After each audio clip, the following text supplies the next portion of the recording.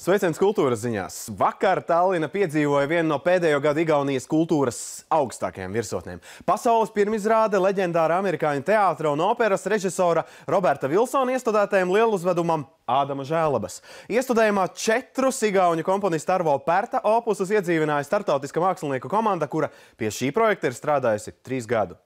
No Tallinnas ziņo Toms Streibergs. Rūpnīcu, kurā notiek lieluzvedums Ādama ciešanas, 20. gadsimta sākumā uzbūvēja Alfrēda Nobela brālis, lai tajā ražotu zemūdenes. Šķiet, ka līdzība ar zemūdenēm te ir īpaši vietā, jo Arvo Pērta mūzika Roberta Vilsona režijā ļauj iegrimt dziļi cilvēka esamības noslēpumos. Uzvedumā, kurš balstīts Bībeles stāstā par Ādama un Ievas izraidīšanu no paradīzes, notika arī pasaules pirmatskaņojums Pērta kompozīcijai Sekventija, kura veltīta Robertam Vilsonam.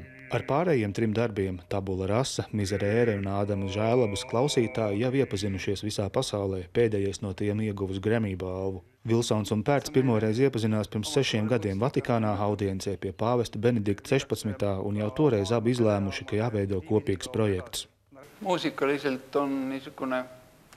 Mūzikā ir tāds termins proporcionālais kanons, kad viena un tā pati ideja ļoti lēni un pamatīgi tiek virzīta 2 dažādos ceļos. Tas ir fenomens, Roberta Vilsona fenomens. Tā vienlaikus ir laika esamības un neesamības sakausēšana, ieraudzīt kustību miera stāvoklī. Iestudējumā juvelieriska vai teju ķirurģiska uzmanība veltīta cilvēka ķermeņa kustībai, tās lēnumam, precizitātei un izteiksmīgumam.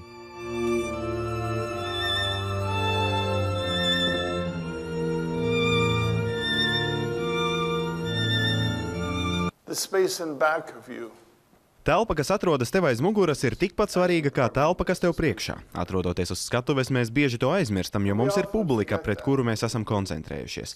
Tāpēc fokus ir veltīts tai, bet ir telpa, kas ir tev aiz muguras. Tieši tā rada spriedzi un spēku pret publiku.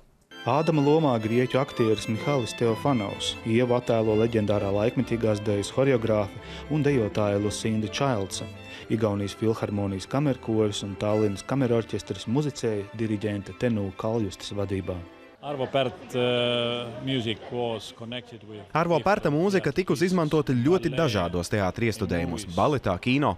Ja ir zināma Roberta Vilsona daļrade un viņa uzburtā pasaule, ir interesanti gaidīt, ko viņš ar šo mūziku izdarīs. Šī mums ir liela diena, jo ir satikušies Klusuma karalis no teātra un Klusuma karalis no mūzikas.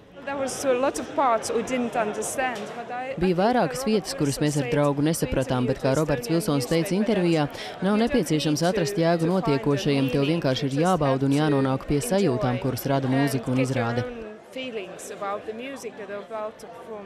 Iestudējumu arī Latvijas televīzijas ēterā būs iespējams skatīties rudenī. Toms Streibergs, Harijs Katlaps, Latvijas televīzija no Tallinnas.